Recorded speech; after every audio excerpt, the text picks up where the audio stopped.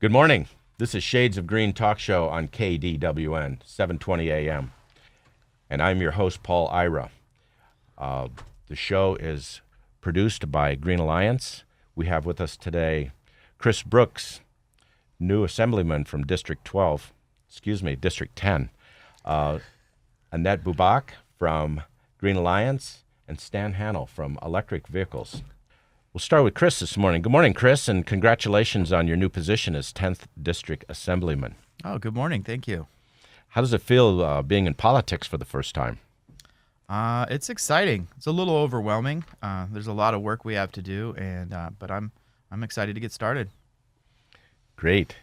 Going forward, what's your agenda look like? What kind of things you want to accomplish? Well, based on my background, which is in energy and primarily renewable energy, one of the things I want to be the most helpful in and get started in is modernizing Nevada's energy policy. Great. And what kind of things do you think needs to be modernized in the Nevada energy policy? So there's a lot of new technologies and new things that are available to us that we couldn't have even imagined even 10 years ago. And so they're renewable energy, distributed generation, rooftop solar, energy storage, electric vehicles. These are all things that I think our policies need to embrace and encourage, and I think they just need an update. I agree. We need a lot of work in those areas. What legislative changes are you working on? Well, I have several bills myself that I'm working on around energy. And then there's a lot of bills coming out of the Governor's Office of Energy, the Interim Energy Commission, and then individual legislators up and down the state that are working that want to suggest things. And renewable portfolio standard update and expansion, encouraging electric vehicles, building infrastructure for electric vehicles, procurement targets for energy storage, energy efficiency programs for low-income families. The rooftop solar billing mechanisms. There's quite a few that are coming before but the big one that I think that a lot of folks would be familiar with is the rooftop solar, but energy choice. There was a ballot initiative for a constitutional amendment to change the way that we do business here in the state around retail energy, and I'm sure that will come before the legislature. Thank you. I know you've worked in this field for a long time, and you've had a great impact on this industry, at least locally and probably nationally. Tell us about some of your greater achievements, things you've accomplished in the past. I think one of the things I'm most proud of in my professional life is to be one of the first solar electric companies in the country, right here. And, I located it right here in Las Vegas and actually Assembly District 10. And we did the first net metering systems here in Nevada, and we did the next few thousand after that. And I was also helped build and develop the first solar electric utility plant here in the state. And at the time, it was one of the biggest in the world, if not the biggest in the world, I believe. And so it to be part of a brand new clean energy economy right here in Nevada that at the forefront of that movement that now employs thousands of Nevadans earning a great wage. That's something that I'm very proud of. That's good stuff. Cleaning up the environment and creating jobs. It's all great stuff. Where was that some of those larger installations? Well, the big one that we helped develop, and that we constructed was at Nellis Air Force Base, and at the time it was 15 megawatts, which is quite large, but at the time was the largest individual array in the world, and it was, I believe, the second biggest solar plant in the world. Germany had one that was made of multiple arrays, but we have that in our own backyard right here at Nellis Air Force Base, and it's still making clean, renewable energy for the Air Force right here in Las Vegas. Did you have anything to do with the El Dorado Valley systems that went in years ago?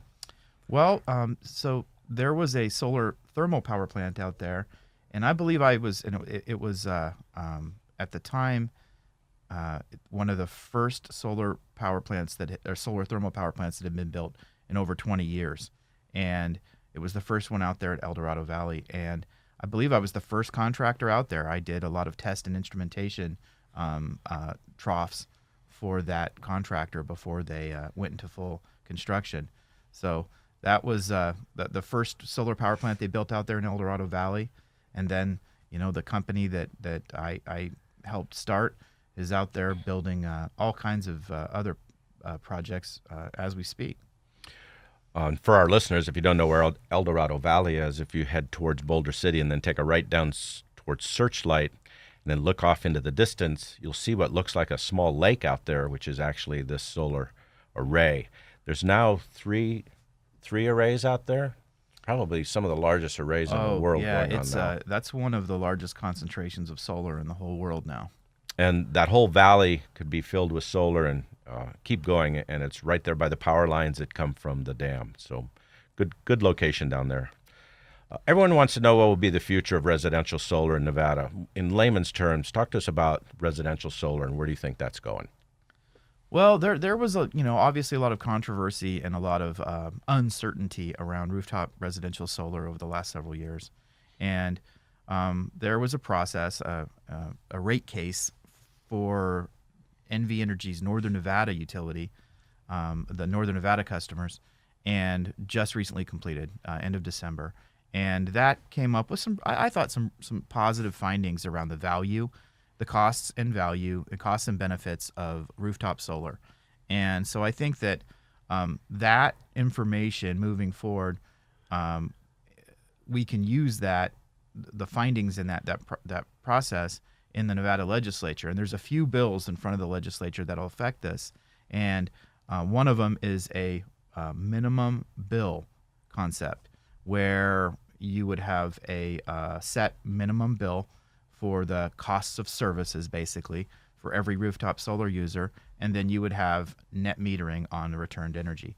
That came out of a very lengthy process from the Governor's Office of Energy. They had a new energy industry task force that met over the last year and had several technical advisory committees that brought in industry experts and interested parties to really dig deep on the policy. That was one of the recommendations that came out of that process, amongst many others. But around rooftop solar, that was the recommendation.